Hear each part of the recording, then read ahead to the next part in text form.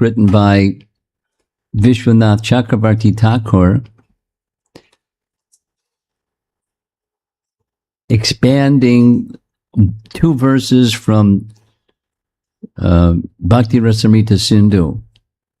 The 2 verses are the 2 verses of the stages of bhakti, from Shraddha to Prema. And where we got last time was we were kind of in the very beginning of the Anarjana Vritti stage. There's one slide that is a little review of some of what we've covered so far, so I won't be too repetitive. But something that I liked very, very much in the early parts of Madhurya Kadambini was how meticulously Vishwanath Chakravarti Thakur describes how bhakti begins, or what is this term? What does it mean? The seed of bhakti, bhakti lata bija. What is it? So it was a nice explanation.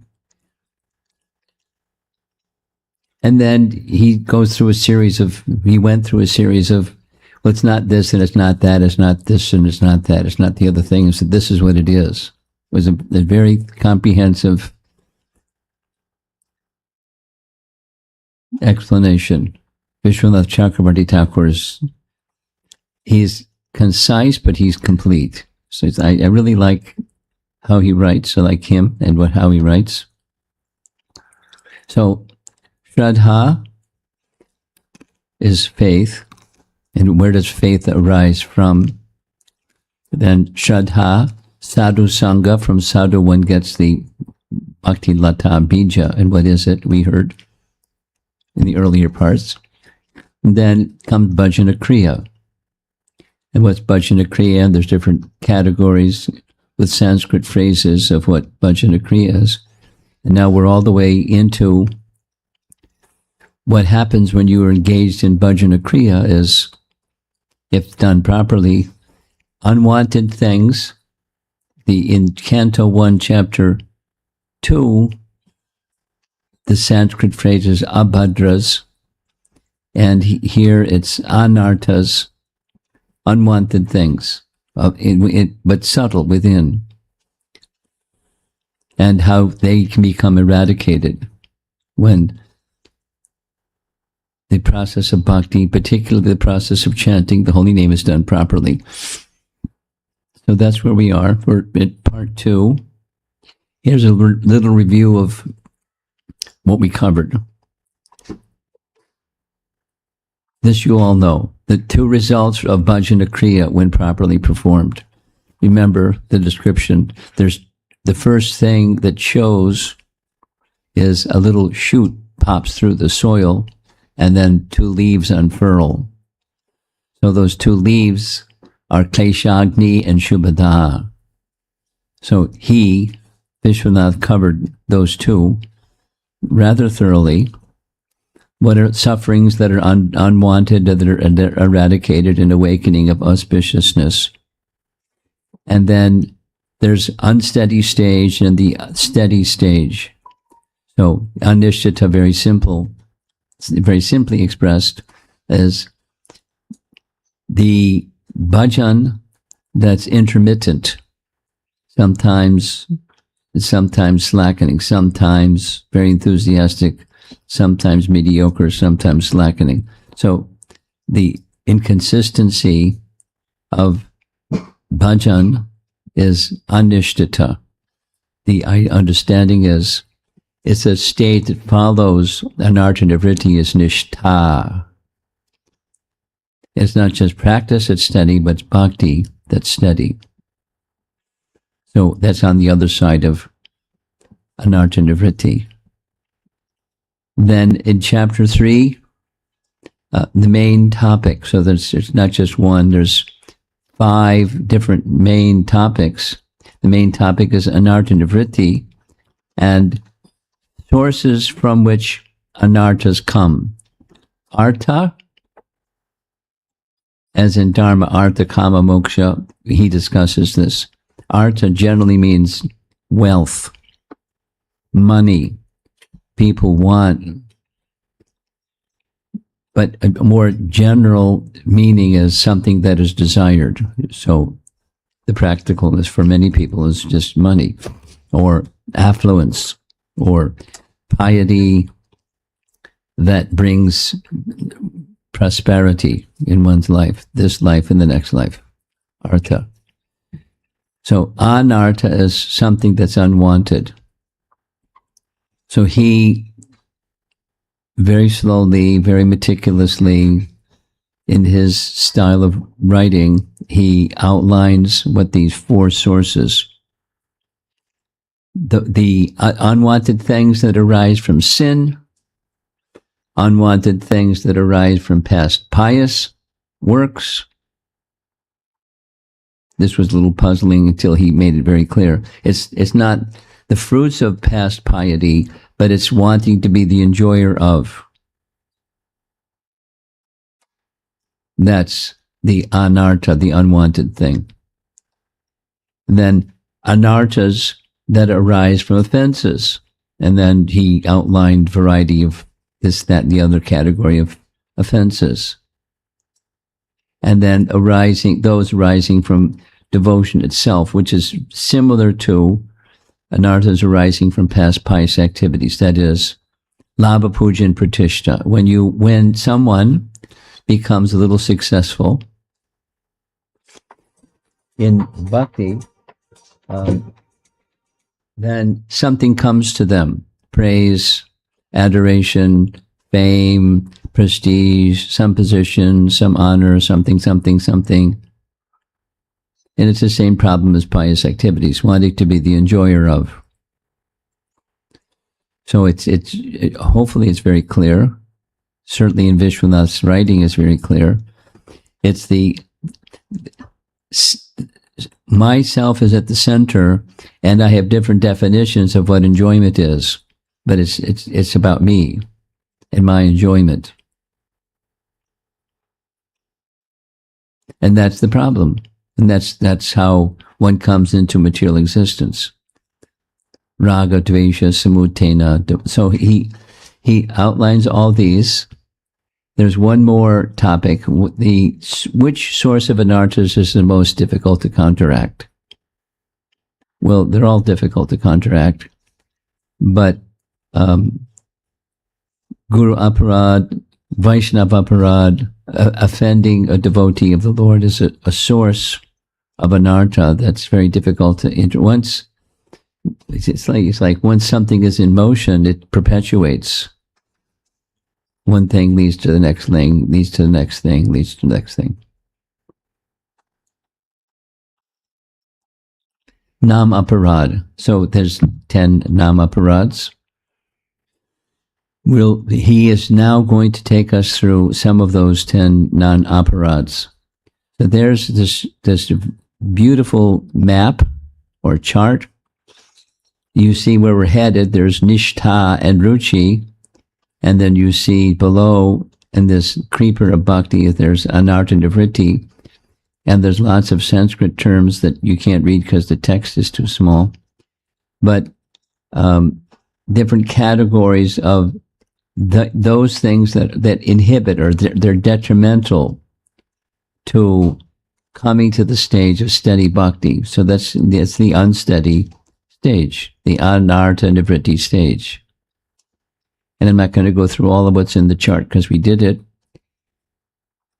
But we're headed, at least conceptually, we're headed targeting towards the stage of becoming steady in bhakti, which is possible when largely, it's not squeaky clean yet, but largely the anarthas in the heart are largely gone.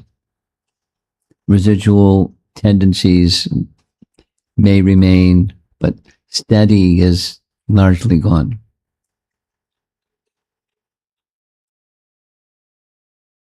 So in this chart, that big map of the Bhakti Lata creeper, anarthas arising from aparad was a big topic.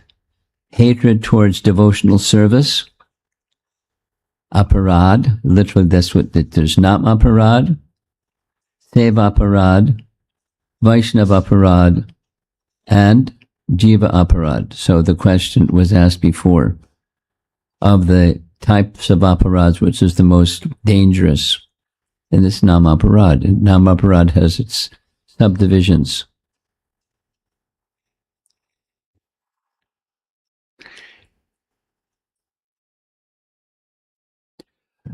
One of the most common ones for anybody, it's a conditioned soul, that's most of us, is inattention.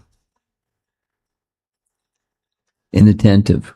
So the opposite is attentive, or being present with the holy name when engaged with the holy name. So it's a relationship that's very personal and personable, and naturally a relationship that's personal and personable leads to affection for that entity, that person with whom one is in association with attentively, especially that person on the other end of a relationship is very merciful, very kind, very benevolent, very, superlatively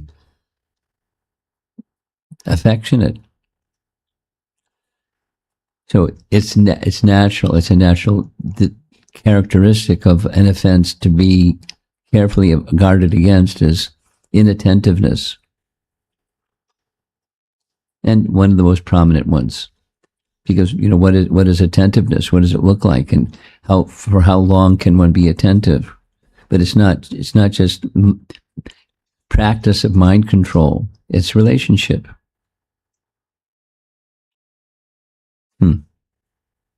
Small thing. So, unwanted desires arise from offenses, and then the unwanted desires keeps us really busy. So the instruction in Madhurya Kadambini is pay attention to the root, and you'll take care of the leaves and branches. And the leaves and branches, the desires that arise, we saw that chart of what arises from the root. It's, we can say the root is ignorance, or ignoring Krishna. Here we are, in ignorance. And then the flip side is not being in ignorance, but being attentive, being in knowledge of. But how can we be, so it's how can you be in knowledge of the merciful nature of Krishna's holy name if we're inattentive to the holy name? Because we may have a concept, but the concept doesn't match our experience. And that happens.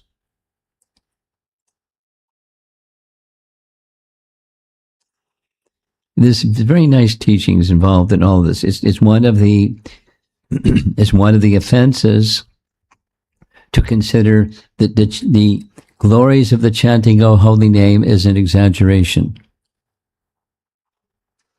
The holy name, blah blah blah blah blah. Oh, but that's not my experience. So it must be. It's a hype.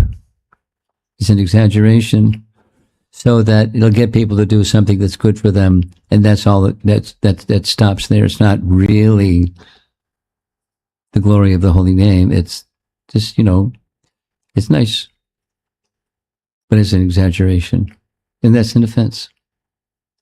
As long as these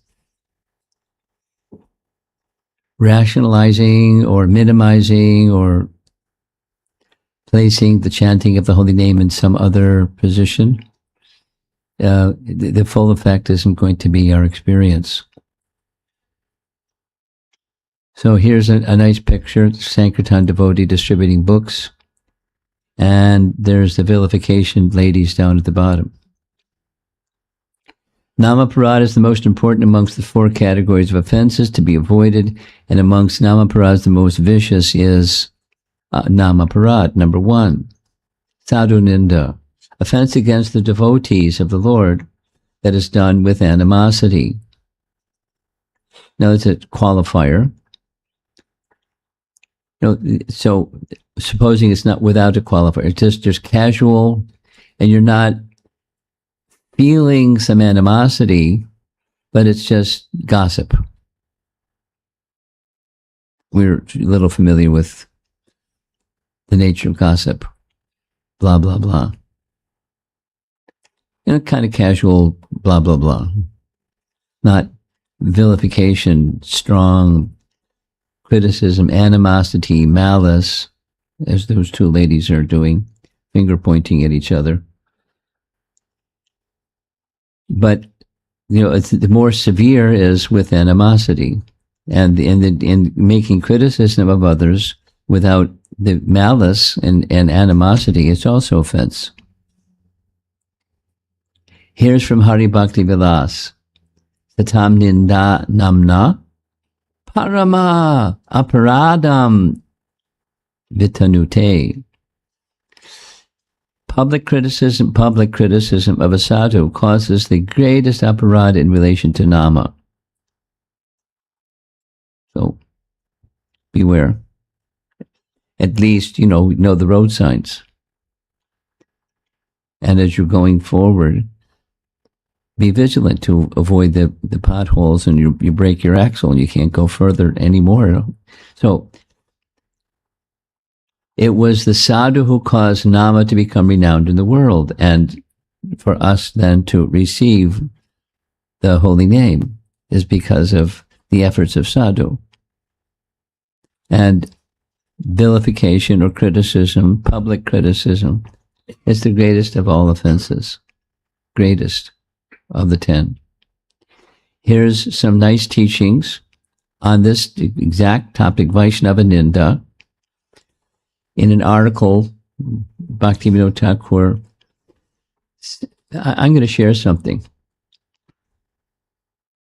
because it just came to my attention within the past 24 hours. Somebody, somewhere, read something somewhere, and it's an autobiography of Bhaktivinoda Thakur, who said, right up until he received initiation in his mid-30s, something like that, he was eating meat. So this devotee was saying, I don't want to make an offense, but blah, blah, blah.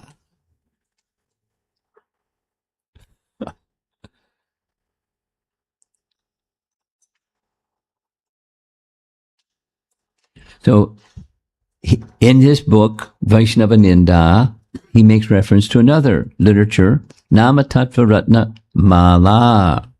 And these are two verses quoted by Bhaktivinoda Thakur. And here's 3 types of faults of a devotee. Those faults that were seen in them before bhakti arose in their lives.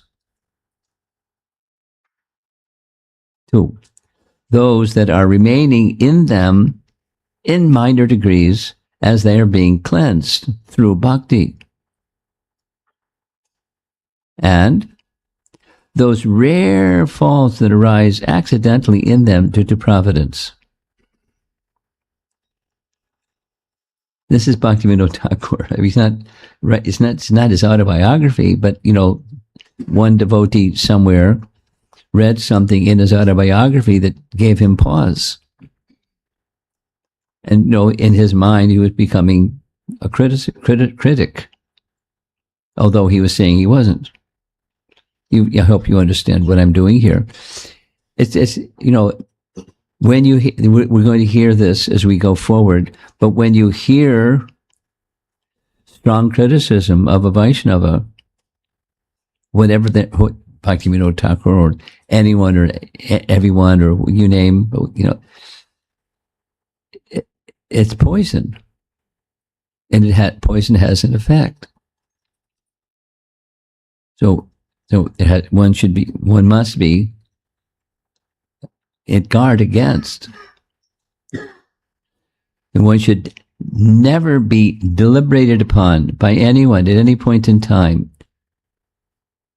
faults that arose in those devotees' lives. Anyone who deliberates upon the faults of Vaishnavas without a genuine reason, that's a nice qualifier. What's a genuine reason?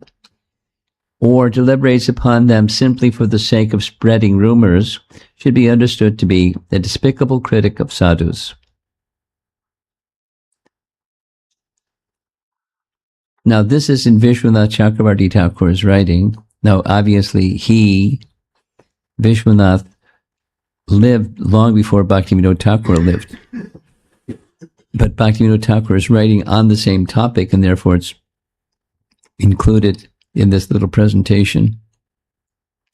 It's not a subset of Vishwanath's writing, but it's a principle that he wants us to understand. What is what are the three types of sadhu ninda characteristics? We should be very careful, vigilant. Here's from Hari Bhakti Vilas: Hati nindati vai dveshti. The 6 transgressions against Vaishnavas are: you can kill a Vaishnava, needlessly critique or gossip about a Vaishnava, that's this nindati, hati, nindati, vai dveshti, envy a Vaishnava, to not properly greet a Vaishnava, to become angry upon a Vaishnava who is not one's disciple, to not exhibit happiness on seeing a Vaishnava. This is Hari Bhakti Vilas. It's just, taking a hammer and a nail and banging it a number of times so it becomes very clear. What is this thing, this sadhu ninda thing, or nindati? What is it, and how dangerous it is? Transgression. It's a spiritual violation. Padma Purana states, even a sinful person who, with all bad qualities, who lacks proper behavior, is wicked, fallen, and deceitful, is liberated if he takes shelter of the lotus feet of Govinda. Padma Purana. If such an ill-behaved person, in fact, is devoted to the Lord, is to be known as a sadhu. So the past is made clean or purified by chanting, and by sadhu sangha that comes with sadhu sangha comes chanting, and one's past may be whatever one's past was. And that's the method of how, or the procedure by which someone becomes sadhu, by association with sadhus, or sadhu sangha and bhajana kriya. And then anartha nivritti, that's our topic. So by the anartha nivritti process, one may gradually become sadhu-like and eventually sadhu.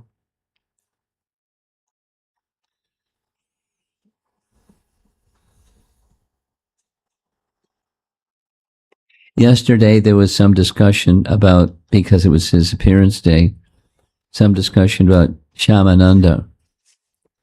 And we heard how Shyamananda, through his purity and transcendental association, he transformed wicked killers of Vaishnavas, or punishers of the Sankirtan parties, the different wicked people, became completely transformed by his association. And of course, then came into their life the process of chanting through that association. So we are meant to be recipients of, and then distributors of, that which we've received, the mercy that can come into one's life from the chanting of the holy name and receiving the mercy of Chaitanya Mahaprabhu in this way, and then distributing. And it's pretty simple in principle, and the procedure is quite simple. It's quite joyful. So we like.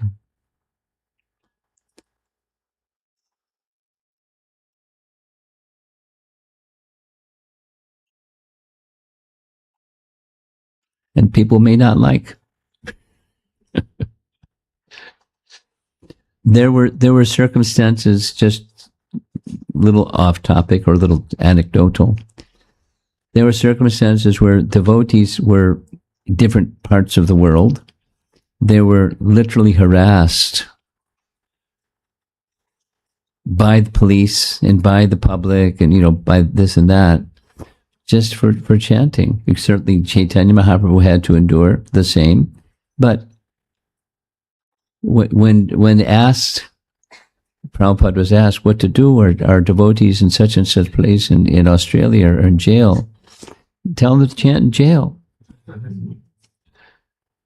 Well, they took their beads. Chant with your fingers.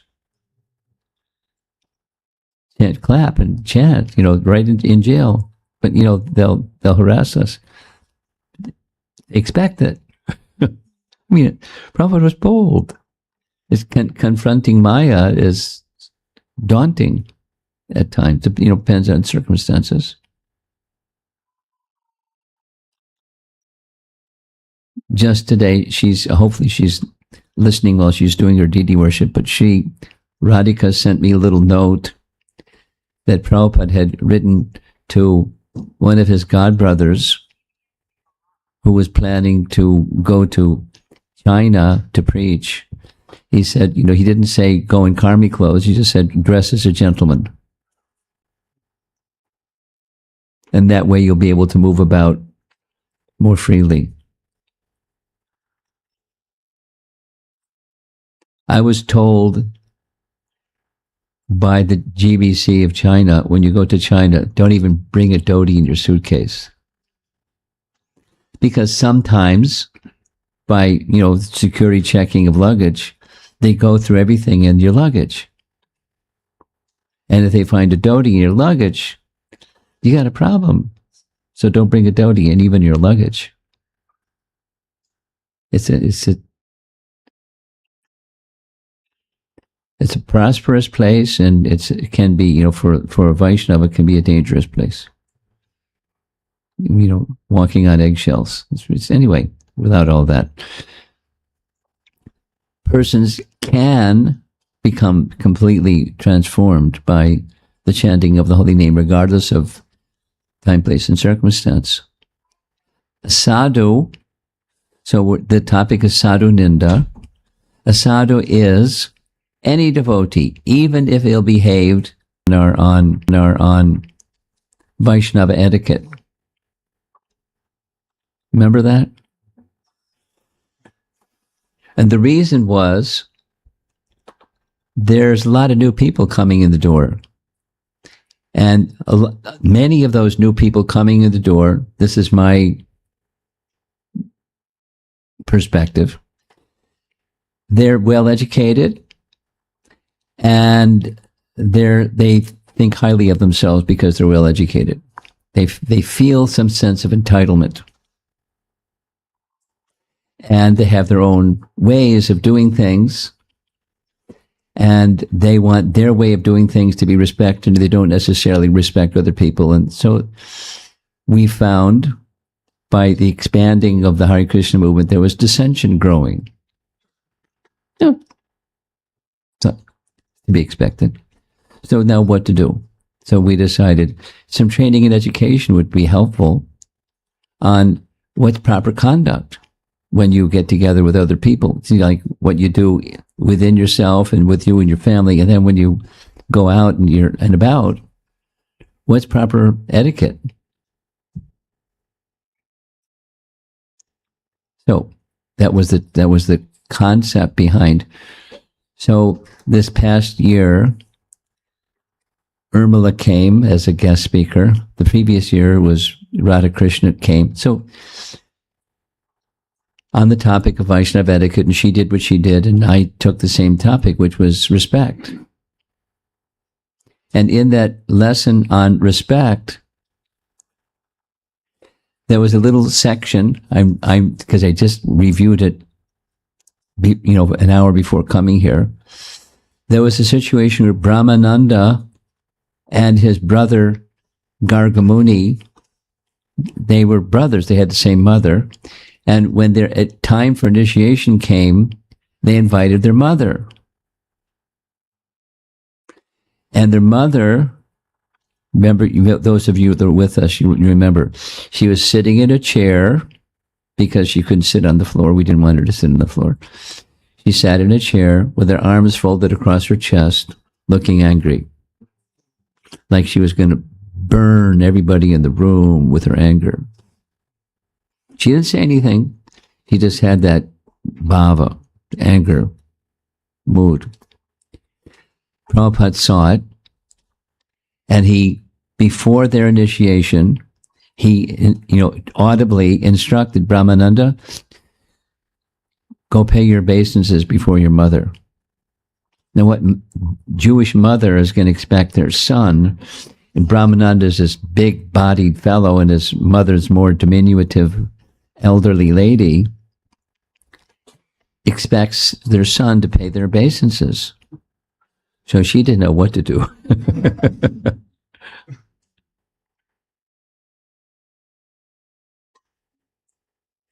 When he was paying obeisances, she looked at Prabhupada like daggers coming from her eyes, and said, one thing I don't understand, what do you have against Judaism? Prabhupada didn't answer. He said, Brahmananda. Oh, he wasn't yet Brahmananda, he wasn't yet initiated. So pay your obeisances to your mother again, and ask permission. Ask her permission, take her blessings to receive initiation. Right in front, in front of everybody, right in 26 Second Avenue, little storefront.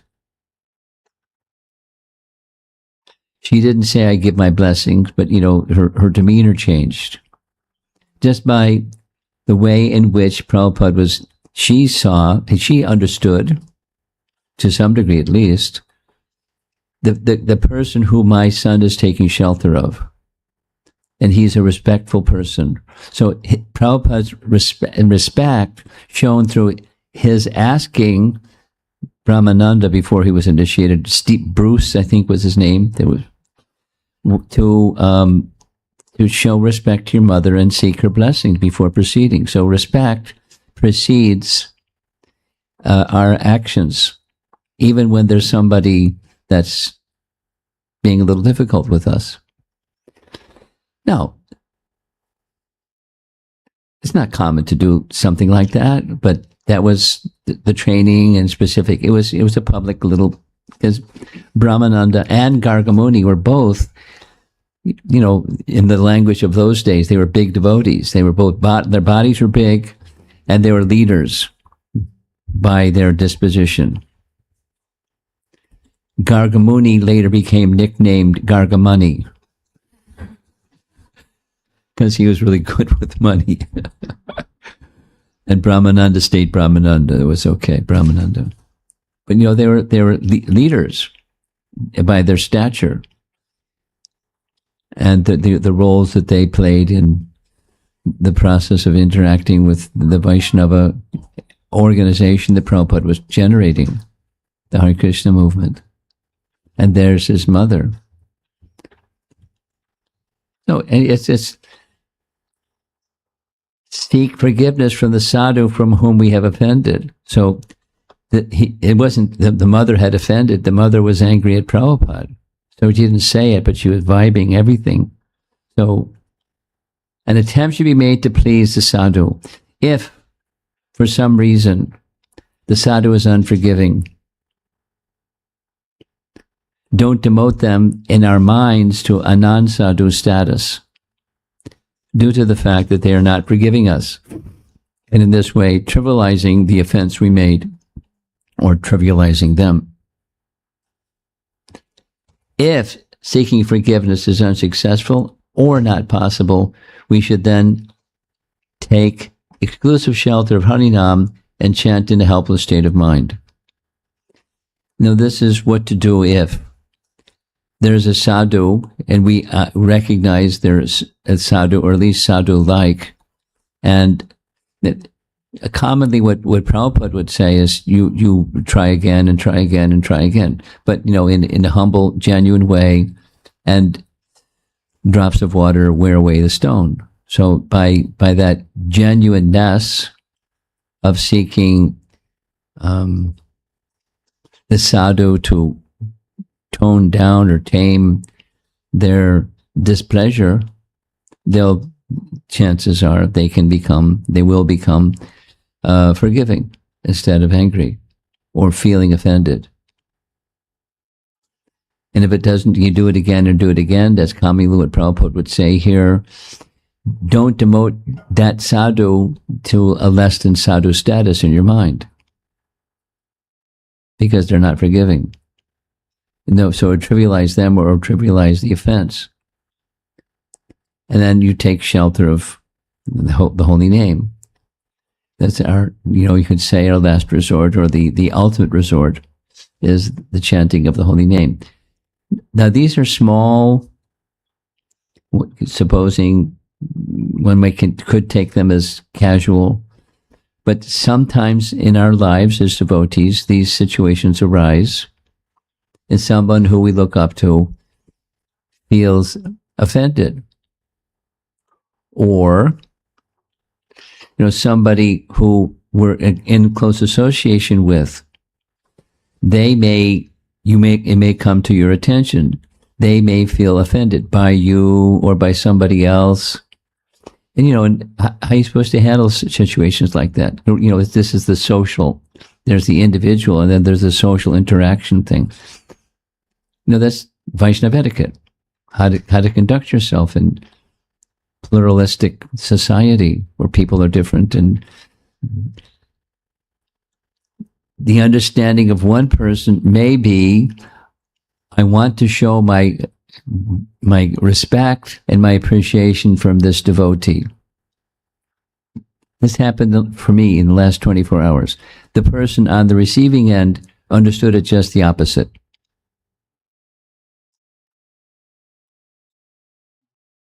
And, fortunately, many of those things, they just go under the bridge, water under the bridge. But this person happened to bring it up, and one of those things that happens. So what do you do when one of those things that happens? A lot depends. So your sincerity and your place of shelter, and that the sadhu can be forgiven, or another person who may feel they were mistreated or misunderstood or dealt with in a way that was disrespectful or something.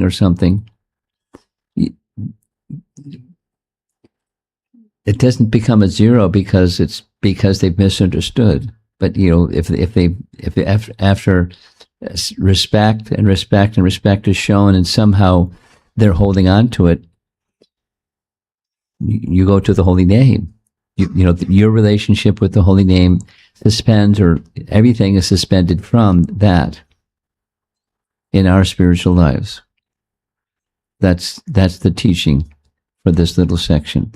Failing to approach the Vaishnava, thinking they're exalted, no need to ask forgiveness because they're elevated, compounds the offense. Pointing to a defect of one who has been offended does not minimize the offense. Dust of Mahabhagavata's feet may not forgive you, even if the sadhu is forgiving by nature. Therefore, shelter at his feet is also necessary. No, it's getting darker. Blaspheming a saintly person is deadly. Here's Vishwanath Chakravarti Thakur. The first offense is to criticize and blaspheme the devotees. Blasphemy in this context means to be envious of and antagonistic towards the saintly devotee. If one even accidentally commits this offense against a Vaishnava, he must bitterly repent his low behavior, just as poison is counteracted by poison. Similarly, the offender, having set aflame his spiritual life with blasphemy, must be purified by the fire of contrition.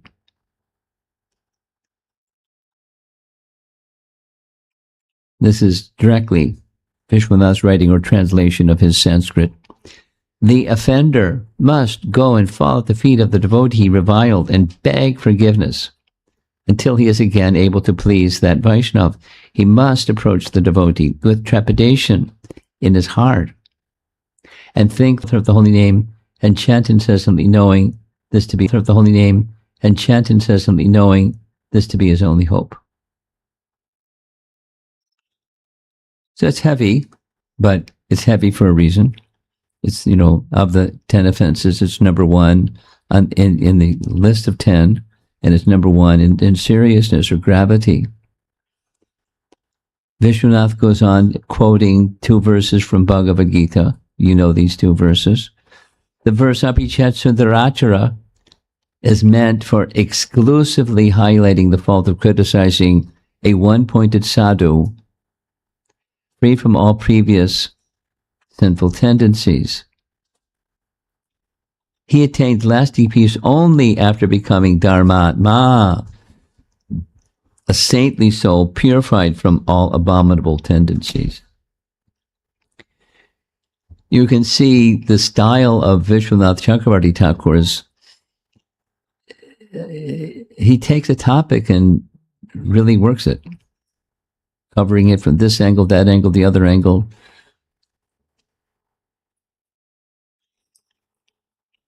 And based upon Shastra. Here is an application of a upalakshana. We came across this word upalakshana before already, and under the sadhu ninda category. The upalakshana, or in English is metonymy, some term, in this case the term is ninda, automatically includes all 10 categories of aparad, or the other 9, such as, so by saying one thing, the others are implied. Upalakshate, upalakshante.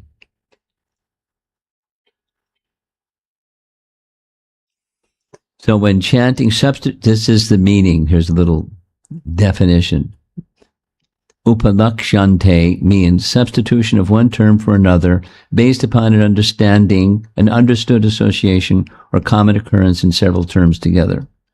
So you say one thing and it implies all the other ones. That's a Sanskrit phrase. So while emphasis is placed on sadhuninda, the understanding we're being given by Vishwanath is the same applies to the other 9. By mentioning in this way so strongly number 1. And the third offense against the chanting of the holy name, just as it is an offense to blaspheme sadhus, likewise is an offense to disrespect the guru, not chanting the mantras given by the guru, and not practicing devotion according to his instructions is offensive, since it is neglectful, neglecting the instructions of the spiritual master. So here's a nice example from scripture. This is Brihat Bhagavatamrita.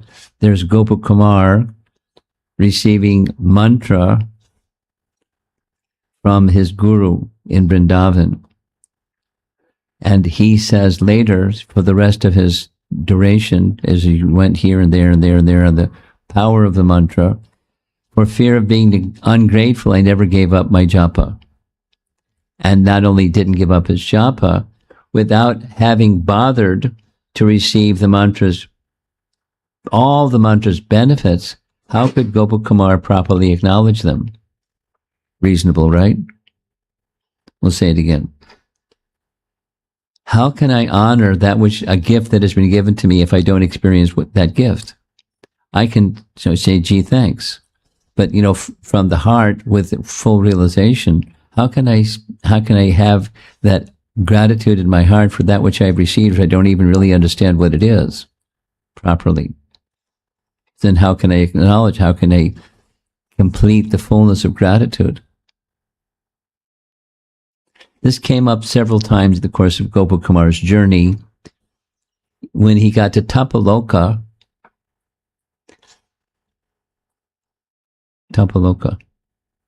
you've read the Tapaloka? There's 7 upper planetary systems. And there's 7 lower planetary systems. We're at the bottom of the upper. Bhu, Bhuvar, Svargaloka. Then Janaloka, Tapaloka, Maharloka, Brahmaloka. Or, Satyaloka. So, in Tapaloka, who are the residents? Gopakumar meets them. In Tapaloka, they're renunciates. Below is grahastas, who are very expert in their activities of yajna, and above that is those who are the renunciates, and they just engage in meditation 24/7. They're intense. And when Gopakumar, went to Tapaloka on the strength of chanting, he just like Zoom, he went to Tapaloka. Didn't need a rocket ship, he just went there. And he met the residents of Tapaloka. And they asked him, what are you doing? I'm chanting japa. That's my guru gave me that service. Why are you chanting japa? Then they gave their explanation. You want to see the personality of Godhead, right? From chanting japa. We're seeing him all the time. Just come and join us. Chant japa. Engage with meditation with us. It's nice. We'll show you how to do it, and etc. And he appreciated their generosity, but then he made this statement. If I did what they're recommending, then they would be guilty of the fault of ungratitude or being ungrateful. I can't. How can I, until I receive the mantra's full benefits, leave it to the side? I can't. I would be guilty of ungratitude. So, don't be neglectful. That's this offense to Guru topic. Both Sadhu Ninda and Guru Aparad discussed together in Bhakti Rasamrita Sindhu. The example is given. Dvidvida gorilla, that fellow on the left, he's getting punched in the chest by Balaram. Dvidvida, before he was this gorilla, enemy of the Vaishnavas, he was a minister of the great devotee Sugriva. In the association of Ramachandra, he became corrupted by the bad association of Naraka, which caused anarthas to arise in him. This bad association was the reaction of an offense that Dvidvida had committed when he disrespected Lakshman, due to being proud of his strength. So the scene was in Rishamukh mountain. Hanuman brought Ram and Lakshman before Sugriva. Sugriva had 2 ministers. Dvidvida, what was the other one's name? Starts with an M.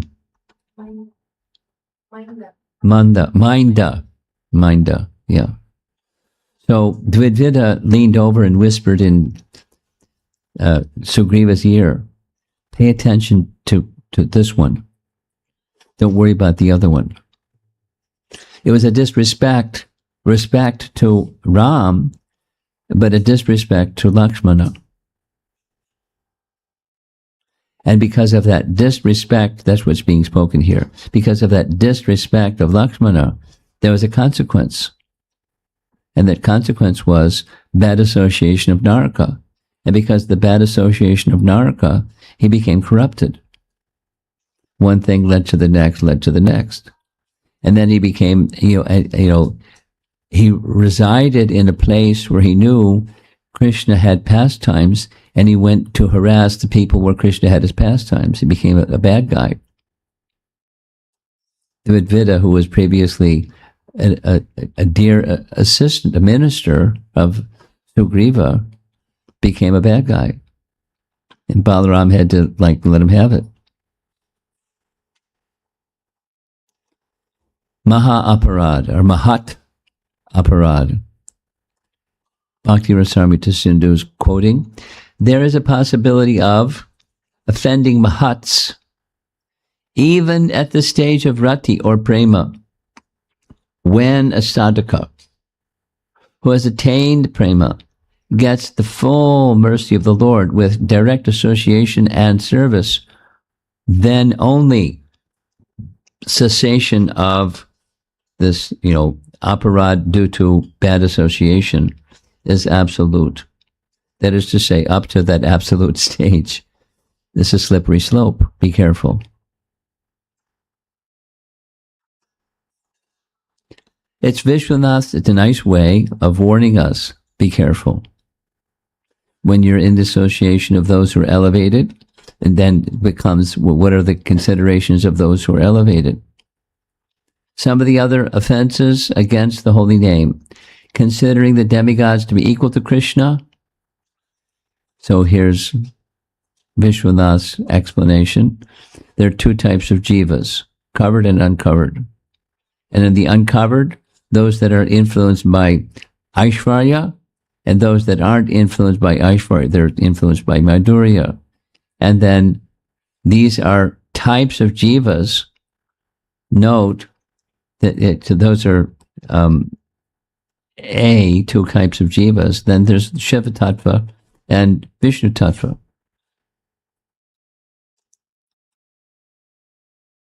One who considers Brahma and Shiva and other demigods on an equal level with Lord Narayana is certainly an atheist. Hari Bhakti Vilas. So, too many offenses. Some other offenses. Disrespect of the Vedas. There are persons in this category, because the Shrutis don't directly mention bhakti, instead they emphasize karmakanda, they criticize that type of practice that doesn't have karmakanda, but it emphasizes bhakti, based upon their bookworm capacities. There's no mention in the Vedas about bhakti, like you folks are doing. And then, so how do we regard that other emphasis? It's just rungs on a ladder. There's steps leading to the highest. And then what's the highest? How to nullify this offense? Praising the Vedas, praising those who practice and teach the Vedas. Other offenses, sinning on the strength of chanting. This is pretty clear. Here's this upalakshana again, or metonymy word again. In this verse, nam no balad yashahi papa buddhihi, the term namna, nama, is an upalakshana for all the additional 8 acts of bhakti that destroy papa. So by being aware of this one in relation to chanting, then the others are also included. There's subsets of the one. Substitution of one term for another based on an understood association of common occurrence of several terms together. Same, we heard this definition before. 10th offense. Not being attached to or attentive of the holy name, in spite of hearing its glories, is the 10th offense. This offense is the root of all the other 9. So emphasis was at the beginning, and now emphasis is at the end. Here's what Bhaktivinoda Thakur has to say. From distraction, all types of inattention are born. If one has attraction for enjoying the temporary, one will naturally be inattentive to the holy name. And we're chanters of the holy name. And who in this room would like to raise their hand and say, I have no attraction for enjoyment of the temporary?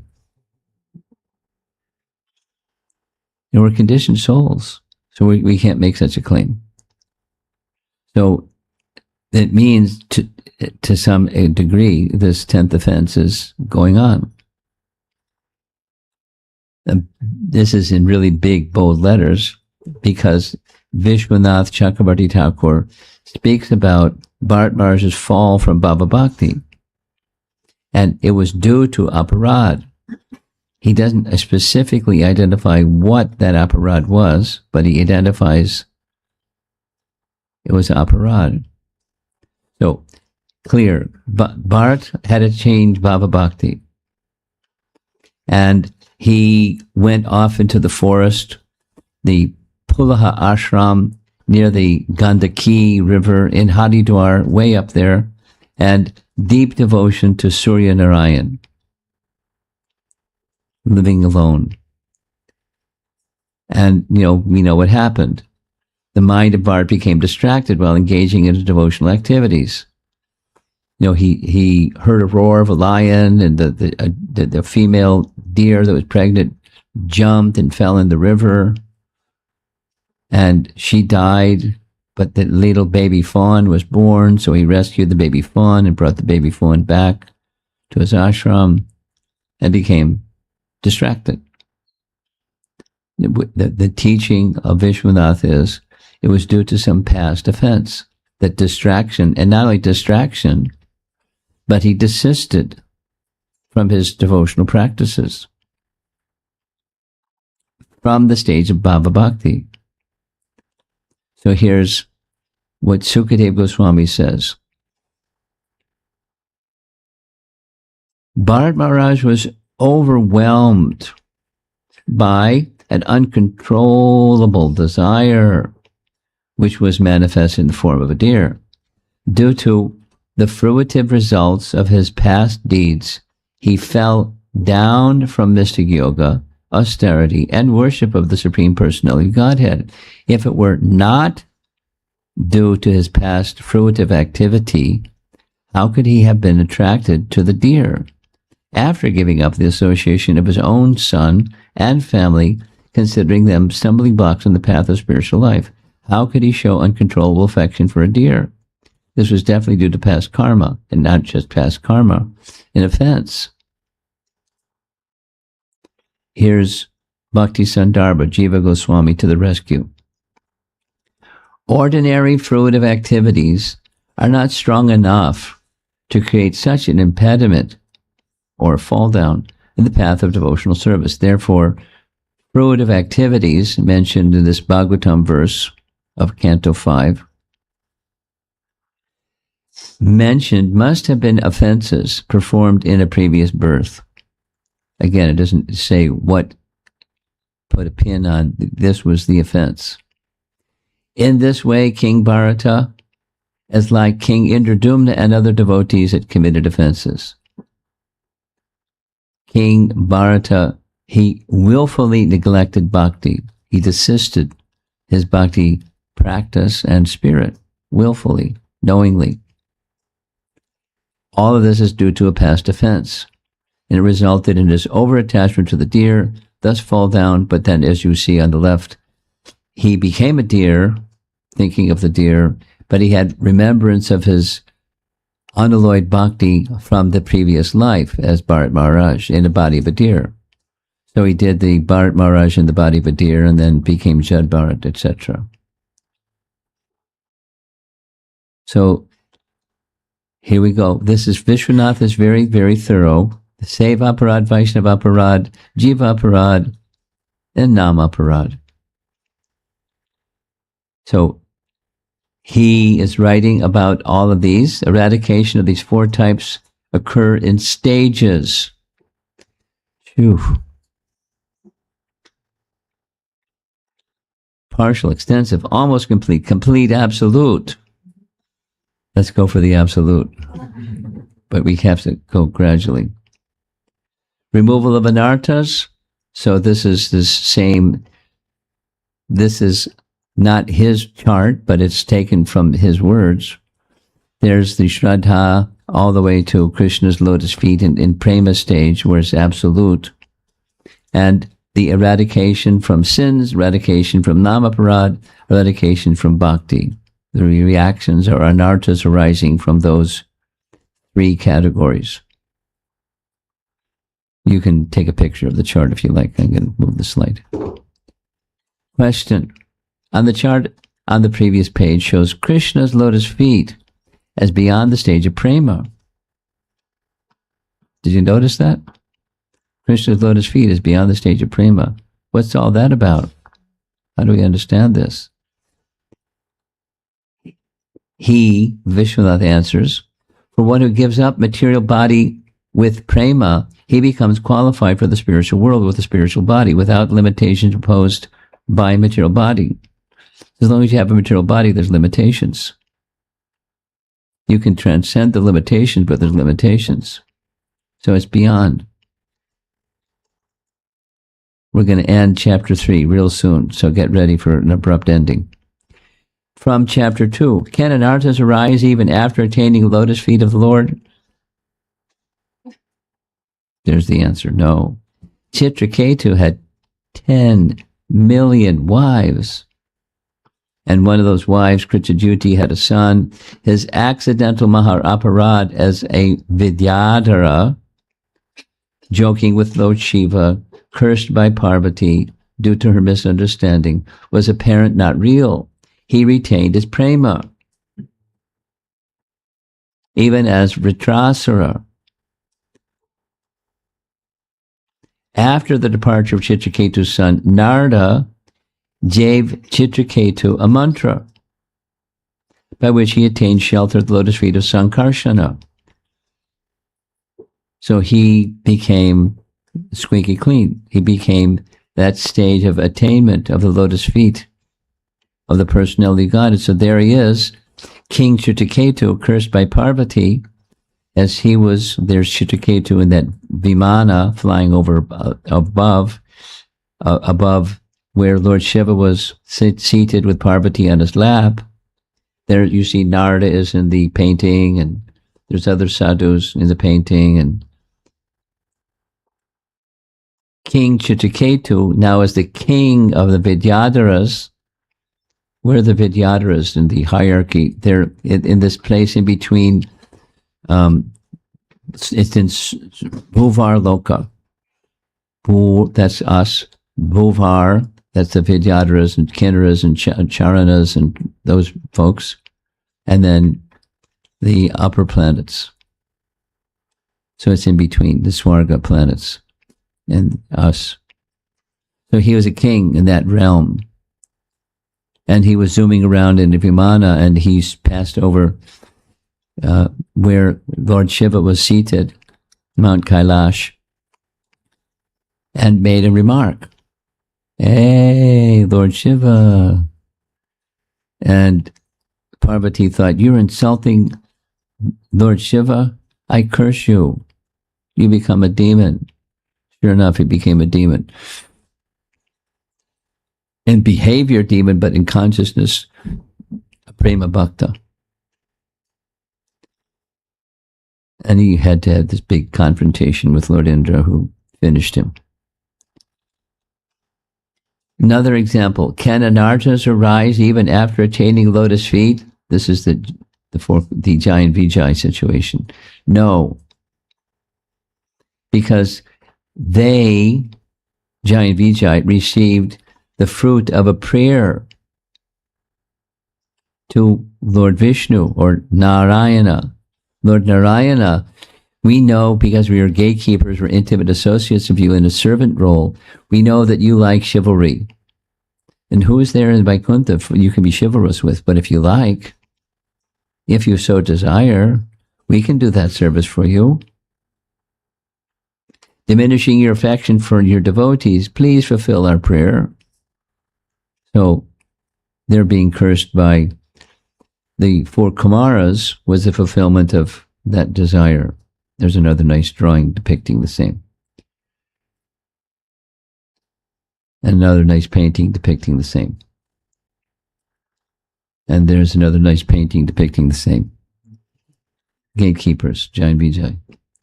Can the apparent fall down of Chitraketu and of Giant Vijay be compared to the uncontrolled anger exhibited against the Yakshas in Alakapuri by Dhruva?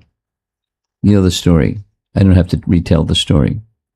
Some of you in the room may not know the story. Dhruva, after achieving what Dhruva achieved, when the Supreme Lord Vishnu said, I want you to be the next king. Go back. Your father will receive you. You'll inherit the kingdom. And so Dhruva became the king. And he had a step-brother. What was the step-brother's name? Uttama. So Uttama was killed by the Yakshas. So Dhruva was in a revenge mood. So he wanted to go slaughter all the Yakshas. So there he is slaughtering all the Yakshas with his bow and arrow, and there's a big scene, etc., etc., etc. So Swayambhuva Manu came and said, Dhruva, stop it. Don't kill all the Yakshas. For what one Yaksha did, or some Yakshas did, this isn't appropriate. So he stopped. So uncontrolled anger exhibited against the Yakshas in Alakapuri. Our Acharyas offer no commentary outside of what is found in the BBT purport, which says, Dhruva Maharaj is becoming angry, overwhelmed with grief, and envious of enemies, was not incompatible with his position as a great devotee. It is a misunderstanding that a devotee should not be angry, envious, or overwhelmed by lamentation. Dhruva Maharaj was a king, and when his brother was unceremoniously killed, it was his duty to take revenge. No, he just went over the top. He was slaughtering all the Yakshas. Uncontrollable anger. So that's about all that I have to say. We've been discussing these two verses. This is going through Canto 3, Chapter 29, this other topic that we were discussing at the Vaishnava Etiquette Seminar. Chapter 29 of Canto 3. The manifestation of unadulterated devotional service is exhibited when one's mind is at once attracted to hearing the transcendental name and qualities of the Supreme Personality of Godhead who is residing in everyone's heart, just as the water of the Ganges flows naturally down towards the ocean. Such devotional ecstasy, uninterrupted by any material condition, flows towards the Supreme Lord. This is presented in that chapter 29 is a very Rupa Goswami-like definition, or Rupa Goswami's definition is like this definition of what pure devotional service is. The mind is spontaneous. There's the regulative and there's the spontaneous. The mind just goes to Krishna. It doesn't require any effort. The effort is already, so it's like once a car is running, it's running. You jumpstart a car, it may take a little effort, but after it's running, it's zoom, zoom. So the spontaneous effort of bhakti, spontaneous manifestation of bhakti is the exhibition of pure devotional service. One's thoughts, one's whole being just goes to the Supreme Lord like water, like the Ganges water flowing down to the ocean. Same as Queen Kunti prayers. Here's Queen Kunti's prayer.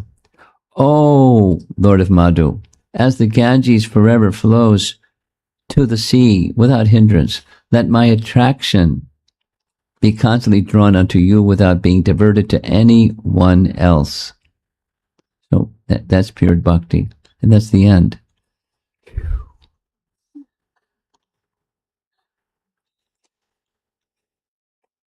So let's see what happens, because you see how intricately he covers everything.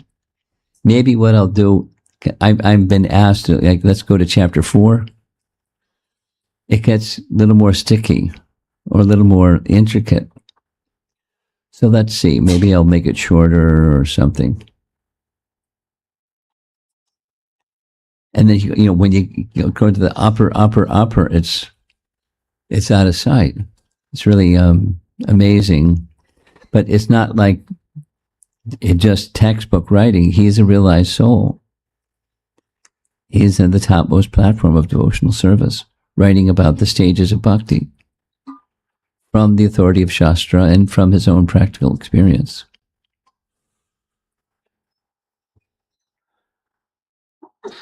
So let's see what I'll cue Govinda now.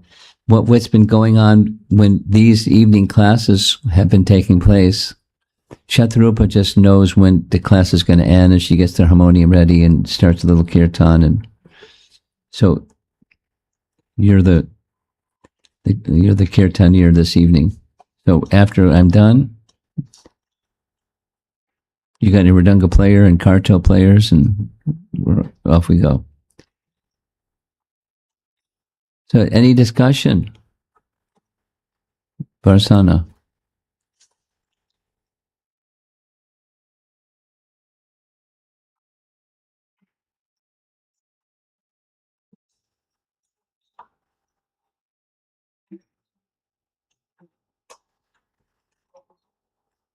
Try it again.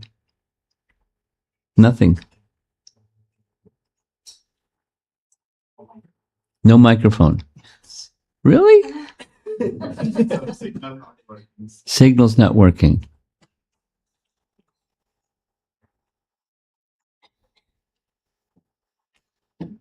Okay, go ahead. You got a good voice. I can give you my microphone. It's not just me, it's everybody.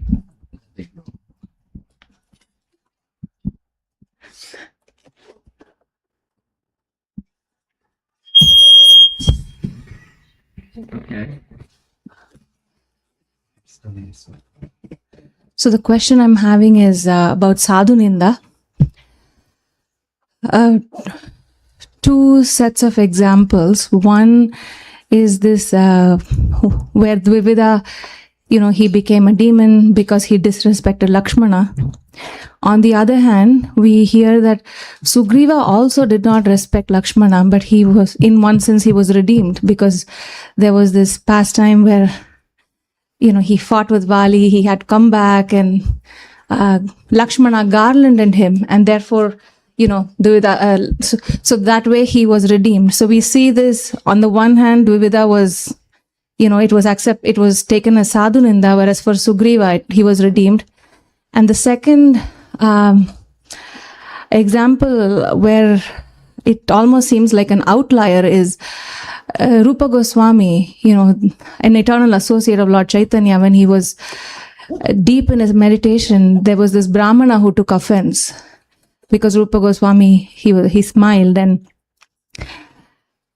no offense was, like one of the slides said, public criticism. There was no public criticism, and no offense was meant by Rupa Goswami either, but it was taken by the Brahmana.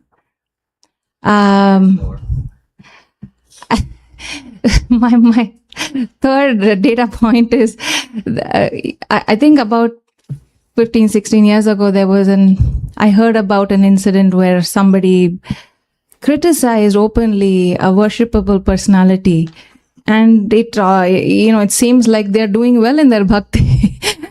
And so I was thinking, I'm happy for those devotees, but then it's puzzling to see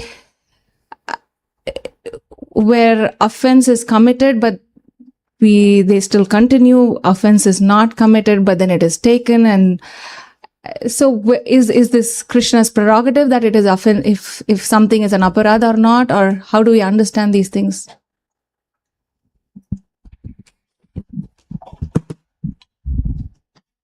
I understood her question. I don't know if everybody in the audience understood her question. Let me go through her question. The first one was Dvivida got a reaction for advising Sugriva to not respect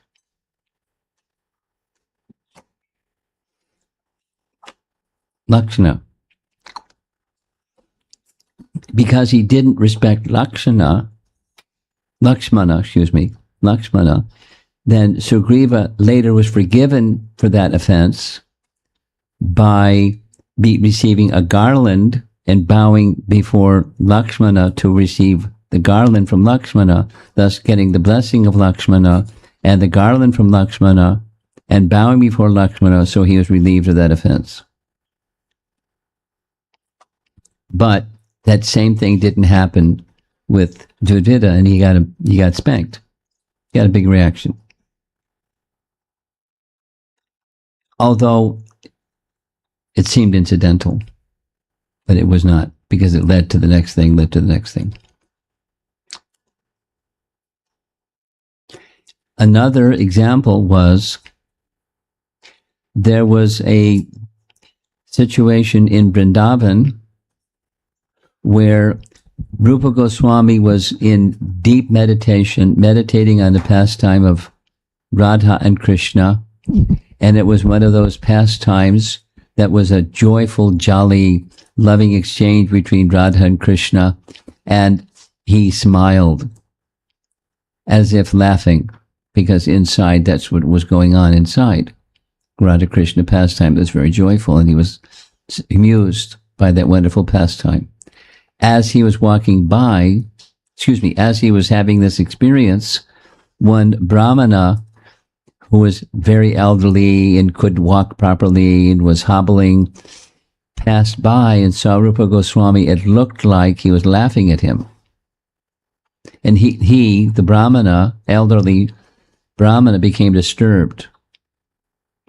So he was on his way to go see Sanatan Goswami, and he described to Sanatan Goswami, "Your brother, Rupa Goswami, da-da-da-da-da-da-da-da-da.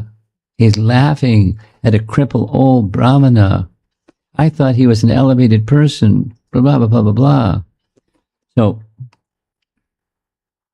Sanatan Goswami said, I'll look into it. I'll get back to you.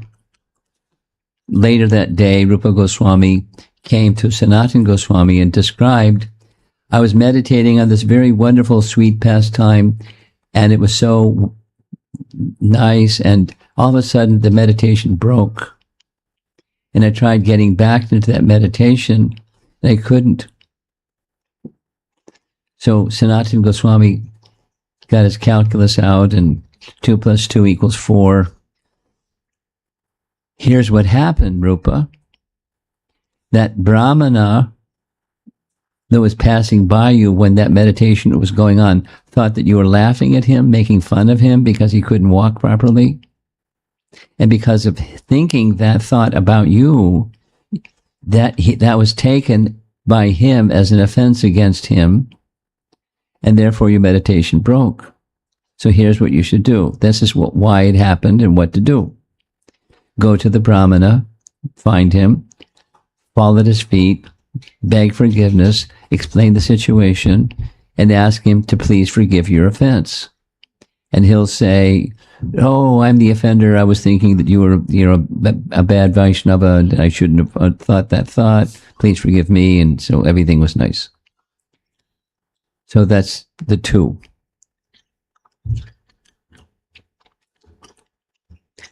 Now the 3rd.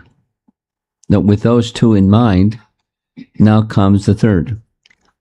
And in narrating those first 2, I forgot what the 3rd one is. Just give me a 2-word. Contemporary one. A contemporary one, a regular devotee criticized. Okay. So there's this contemporary situation that she's aware of, that I'm not aware of, is one devotee explicitly was a vilifier of a Vaishnava, an elevated Vaishnava of one kind or another. And it was clear to others that it was a vilification, and yet that particular devotee seems to be going on very nicely in his devotional service. So what's going on? That's your question. So that's to help you understand the question. The answer is just wait.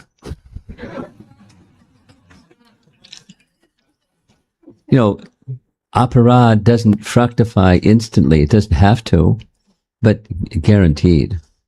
Infallible. Aparad bears fruit, and the fruit is bitter fruit.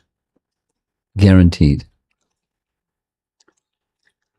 There may be other things that, it's a bump in the road, but aparad is not. So it will happen.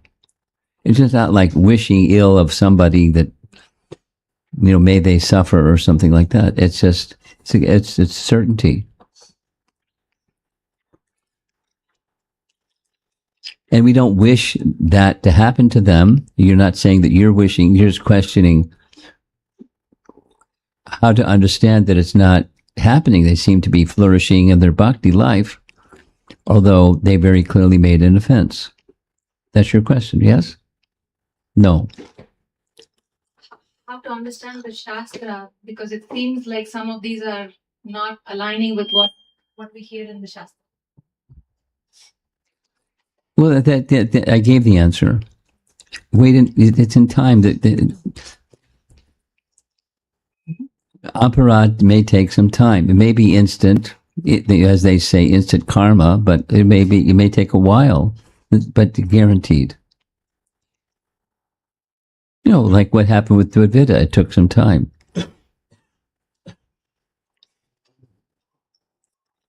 So the main message out of all of this is beware of sadhuninda. It's real stuff, and it has consequences that are, depending on the severity of the offense. It can be very severe, but it's going to be something guaranteed. And then we'll have mucho problema. Guaranteed.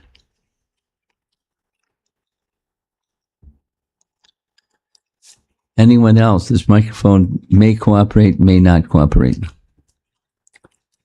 Is it cooperating or no? Yes. Yes.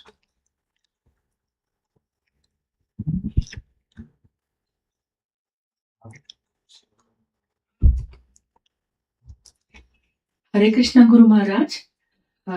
In the slide about King Bharata, at Bhakti Sandarbha Anuched 157, it was mentioned that ordinary fruitive activities are not strong enough to create such an impediment in the path of devotional service. Right. And I just want to understand how to make a distinction between the ordinary fruitive activities and the fruitive activities carried, carrying offense from the past life. Okay, it's pretty simple. That there's spiritual and material, and that which is offense is on the spiritual, and ordinary fruitive activities is on the material platform. Ordinary fruitive activities, even if there's discrepancy in ordinary fruitive activities, it's on the material platform. It isn't as severe. It's not as binding as spiritual. That's the understanding. It's just the Acharya's comment or attempt to clarify the statement from 5th Canto Bhagavatam. What does fruitive activities refer to? It's not the material, mundane fruitive activities. It's this other kind. It's just like, sometimes there's the term is used in two different realms. Piety. And then there's transcendental piety. Like, the verse, you're probably familiar, the very nice verse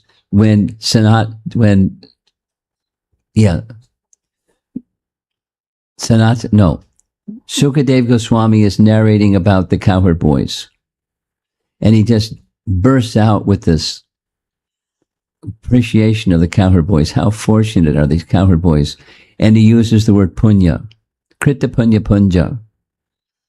And then commentary, abundant commentary. It's not material punya. Material punya can't reach to the realm of becoming Krishna's associate. It's another kind. It's a transcendental kind. The good fortune that comes from being in the association of and serving the devotees of the Lord, that kind. So one word may have different positions of application, material, spiritual. Okay? Thank you, Guru Maharaj.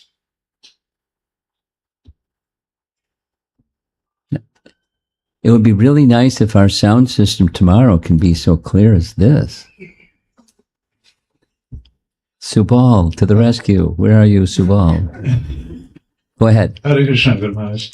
So Maharaj, I'm still trying to frame the question, but I think I'm getting to it. There's a lot of important ideals that you've covered through these verses. And, you know, we see instances where you have Bharat Maharaj who, out of compassion, had to, you know, suffer dire consequences. No. No? His rescuing the deer was not the problem. His compassion was not the problem. His choosing to desist from bhakti, that was the problem. And so the consequences were extremely dire. Yeah.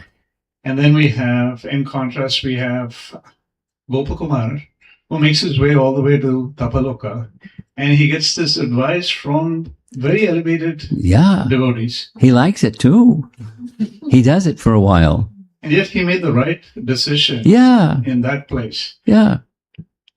And in this contemporary world today, with all the things that are going through our heads, the time, place, and circumstance, the psychophysical nature of our individual being, it's not like we can say, okay, let me check ChatGPT and see what's the best way to go about the situation. I don't know how to use that system anyways. So is there a practical way of dealing with these? Like in decision making, we have identify a problem, here are your options, but one of the options is do nothing. Do we have something similar that we can use in our practical lives? So that we're not committing something intentionally or unintentionally. It's very simple.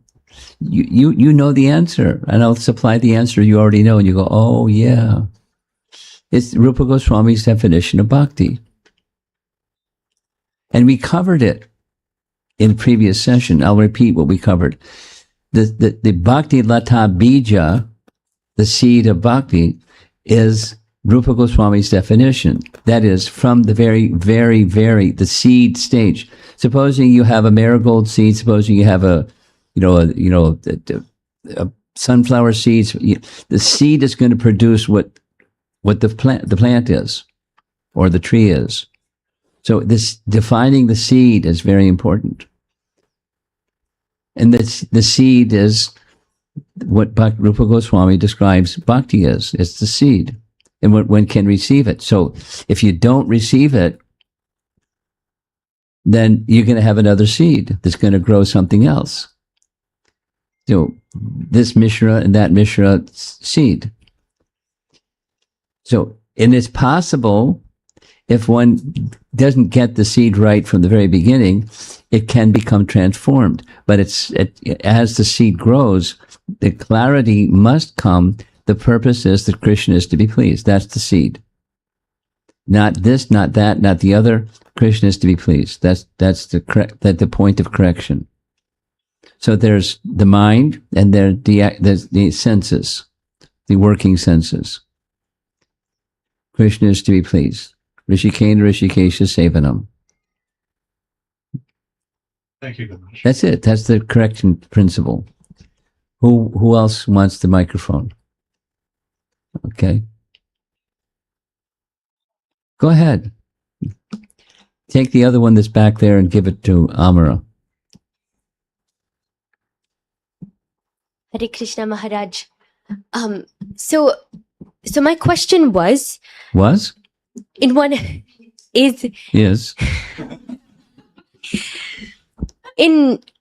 the slides you mentioned that I think chanting inattentively, that is the root of many other anarthas and aparads. Yeah.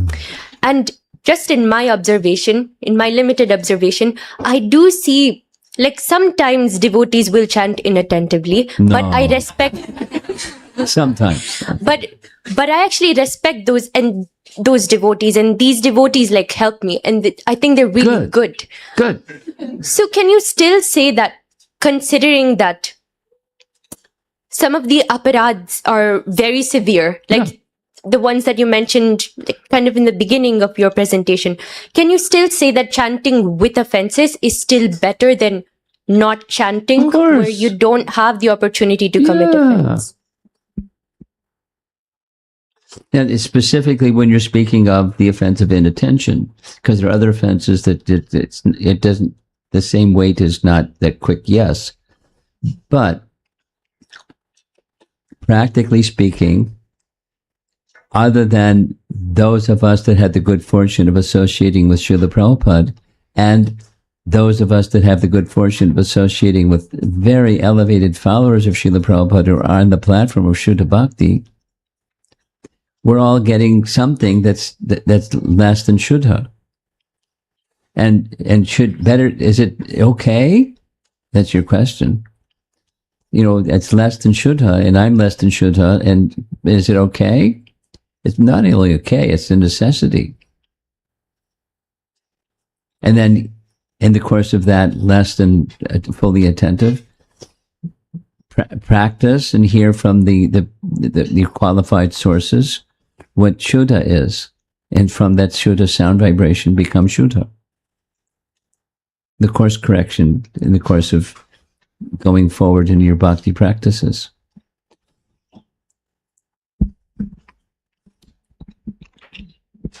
Thank you very much, Guru Maharaj.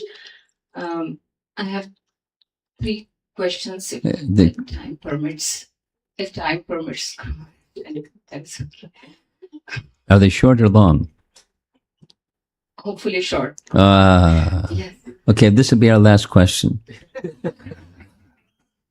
So, Guru Maharaj, when you mentioned attention is a relationship with the person, and it is not only practice of mind control, Yeah. it is a relationship. Yes. So it is a very powerful statement. I want to thank you for that because it will help me in my chanting. Thank you very much. Stay tuned for the Festival of Holy Name. Yes, very Yeah. looking forward for that. Me too. And my question was related to this also, that like Srila Prabhupada's instructions, and also you have covered it multiple times, chant and hear. There is no, Third what is thing. the question of mind, Prabhupada says. Yes. And my understanding was feelings are processed through mind as well. Yes. That's thinking, feeling, willing. Yes. Yes. So when I'm bringing it to practice, I'm feeling that I'm just hearing, I'm just uttering and hearing. It is, so where is the space for feeling? Am I? Well, it arises from the first two. It doesn't, it's not, the instruction is not take that switch and turn the mind into an off position. Just hear and chant, the mind is off.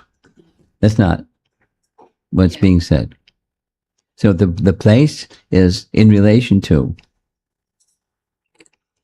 but it's with the mandatory necessity of the ear portion. We're going to hear it.